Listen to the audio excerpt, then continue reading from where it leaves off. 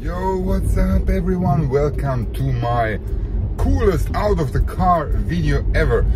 Oh, you're in for a treat. I have brought props that I will present to you, but I will be focused, like always, on how I'm driving. I can guarantee you, this will be, by the way, one of my last videos out of the car, because I'm selling this one, but I will have another one. Yeah, okay. Yeah, safety first. I can guarantee you, I have 3 of those little things, kids, and they're way more distracting than what I'm doing right now here. So I'm following the traffic, you know. I'm not smoking, I can drink something, and at the same time I am able to present you some props that I brought with me. But always safety first. So what is this on today? The video, it's about collecting and understanding what collectors, how they function. So full disclosure, I'm not a real hardcore collector. I do collect comics. I have a lot of them, mostly German ones, on my under the roof in Croatia, for that matter. It's quite complicated. I moved a lot of times, and I collected all sorts of things. Video game magazines. The very first video game magazine that was released in Germany. The very first Club Nintendo magazine that was released in Germany. You know, there is this collector's thing. I have all of those stores somewhere, but if it comes to hardcore collecting, well, I don't know. So now Vivi made me collect even more. That's why I have pieces like this guy here. Okay, and I want to stress now the following. So when does a piece become a collector's item, and how is this perceived by the general public as a collector's item? So now we can collect all sorts of things, and one emphasis also is the historic value, the potential historic value in the years to come. So I don't need to remind you, 1938 Superman, 1939 Marvel, first comic, first appearance of Batman. So we are not even at the 100th anniversary, but a lot of years have passed, 85 years or something. And so there might be very well some of our digital pieces that we are now collecting. We will need to hold them like forever, generational thing. You know, I'm prepared to that's another story. So collecting. Is this a collector's item? It's a Schleich figurine, right? Schleich is a German brand. Some people collect this, okay? Is it worth much? I don't know. Could it become, in 50 years, a real collector's item which is worth a lot because many people just threw them away? Yes, very much so. Because it's a Schleich figurine, it was released on this date, and in 50 years, maybe some guy wants to have this whole set, but then even wrapped and in the packaging. Most of my stuff, this by the way, because some people will say I'm not a real collector if I'm treating my Superman statue like this. But I have the same, Todd, I did not bring him here now, Todd's second series in my room, and one, it's still in the original packaging, first series, mint unknown. And I will, I didn't even look at the mint. I will look at the mint once I have 1 million subscribers. So anyways, so collecting is a broad spectrum. So this is undoubtedly the first, well, the representation, our representation of a digital collectible, deco, that is using blockchain tech. This is a new term that I introduced, blockchain tech, because the finesse in the blockchain is amazing. How many people are eager on on-chain minting. So I have HRO cards, and I did not buy those by myself. I never went online to check those because I'm not too much into them. Okay, this was a gift from a German ViviFam user who surprised me. He asked for my address and he wanted to send me something because he knows I'm a Superman fan, and he sent me those. It's amazing. ViviFam is just mind-blowing, and I've got those now. Do I care a lot of them? Do I care that they were technically minted before the Vivi because it's on chain? I don't care at all. So we need to understand the following, and this is still something that I cannot understand, that the Web3 maxis are not grasping this, and how important the ViviFam as a community is. So now I said before that some people, some communities, I don't know, communities, they decide what will be valuable and regarded as a real collector's item. Now we are in the digital collecting space, which is being formed as we speak, as I'm driving here, right? And we are in the infancy. We are at the absolute beginning of this new vertical of collecting, digital collecting. This guy, let's go back to this guy, not the Vivi guy, this one here, it's one out of 5,200 pieces. 5,000, try to find one. Try to find one. It will be real difficult. I was looking for it more than a month, and then I found it on Italian eBay, and I was lucky because the guy who sold it to me, he was not aware of Vivi, and that's why it was relatively cheap. I got it, I don't know what it was, a bit more, I think. So now this piece, all those first appearances, first editions, maybe, I don't think there is a second edition of this one, 5,200 pieces, they have been sold. You can't find them anywhere or in retail, and they are now in collectors' hands. They value them because it's a collector's item, right? It doesn't mean that it will be worth thousands of dollars in the future, but real collectors, if somebody is discovering this thing and if he's a huge Superman fan, he wants to have everything, he will certainly find out about this DC Direct lineup, and there's this Superman piece and maybe he wants it and he will try to get one. Yeah, I'm going now too far away. Collector's items. So now what is happening specifically with my Vivi Superman and the new Superman that was just dropped on McFarlane Digital? A lot of people are minting it, but also a lot of people are trying to make big bucks with it. So they're listing it on OpenSea and on Rarible, in the hopes that it will explode.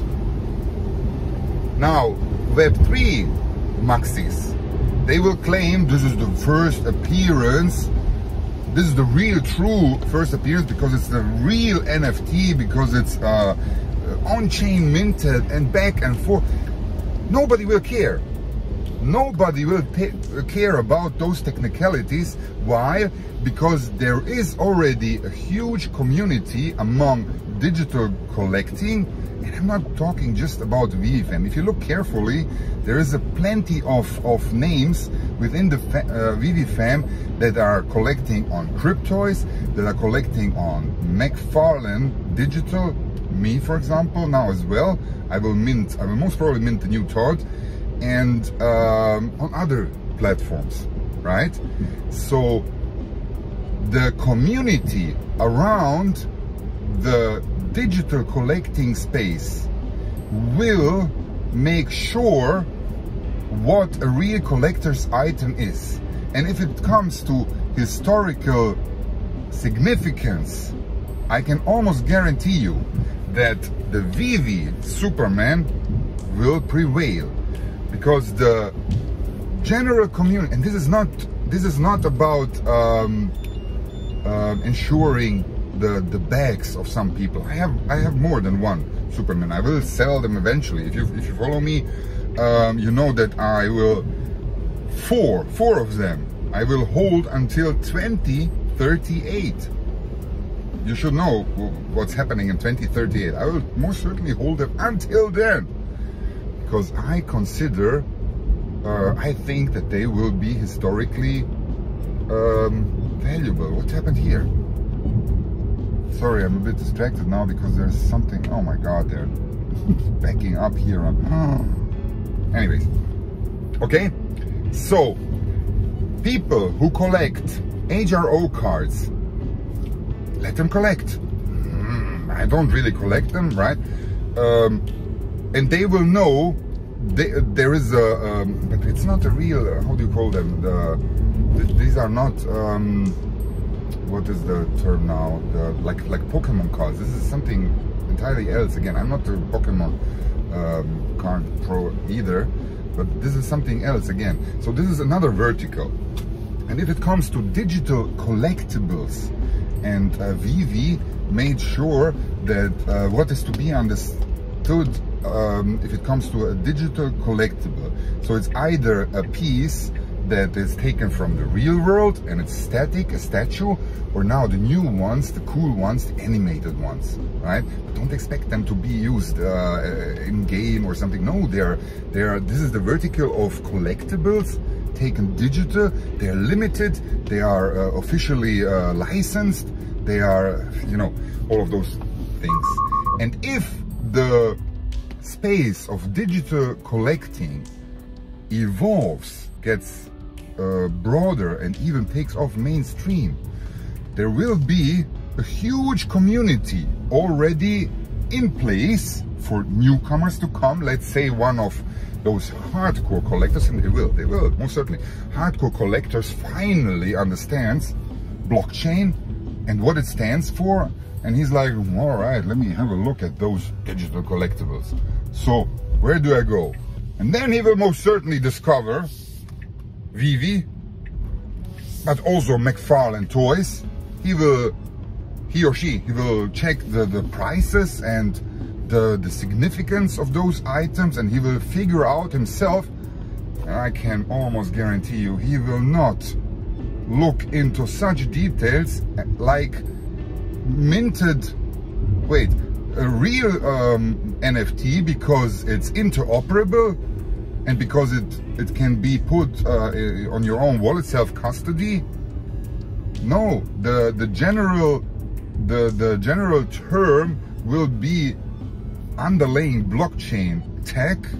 That's my opinion. I don't know, maybe you have a different one, please comment.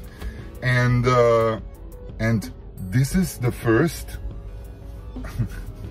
the first Superman digital, not this one, but the Vivi one, first Superman collectible that appeared you know, in the digital space using blockchain tech. And the same goes for the Todd McFarlane, the first Batman, right? And Spider-Man and all the others. So I know, obviously I'm the Vivi Meister, and I like Vivi. I do, and I honestly do, because there is a variety of fandoms in there. This is the general idea of Vivi and why they will be successful, why they are now successful, because you can find a lot of IPs on one platform. My buddy Chris Vivi Reise, he was just minting the other day. I checked out his video, the 85th anniversary Comic-Con, the interoperable Superman, the first one, and he had some issues buying it. He could buy it with crypto, Matic, so you need to have some knowledge, but he could not buy it, he could not mint it with a credit card. So this is already a barrier of sorts for the normal people, the normal guys. You know, I have a credit card, let me buy it, let me click some buttons. It's not that easy. On Vivi it's much easier. So yeah, am I through? I think so. I think I tried to explain this whole concept of digital collecting and where it might go. It might very well just vanish because there is no interest in digital collecting, but I seriously doubt it. I'm into it. There's plenty of grown-ups on Twitter. You can check them out. You know, there are at least three guys I know of they're so after the mint 40. I'm not a mint collector. They're so after the 41s, and they're spending X load of money to obtain those first public mints, and they don't do it.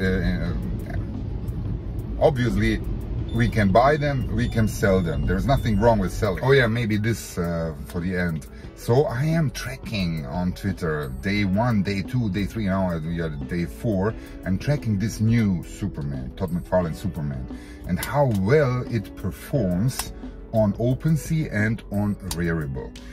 Because I just want to see if our VV Superman, if it were, if he were interoperable, so if you could put him on other marketplaces, would ETH whales or crypto whales, would they go for an official IP?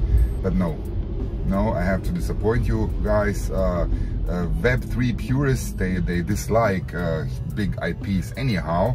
That's the general idea of Web3, because it should be decentralized completely and not in the hands of companies and stuff like that. That's the how to put this, the idea of Web3 in general. So they dislike huge IPs coming, like DC or Disney, coming to the blockchain, to the real blockchain. So they won't be, I seriously doubt it, there will be huge investors buying this first Superman. I will always put some pictures here and there, and the following ones, because they're collectors items, guys. They're made for collectors. So in 20 years there might very well be some digital native who will look out for the 85 years anniversary Superman that just got released. I seriously doubt that he will pay a lot of money for it. He might want to have one, and but those floor prices that we are having now, and they are going down, yeah, I don't know. We will see about that. VV Meister out here.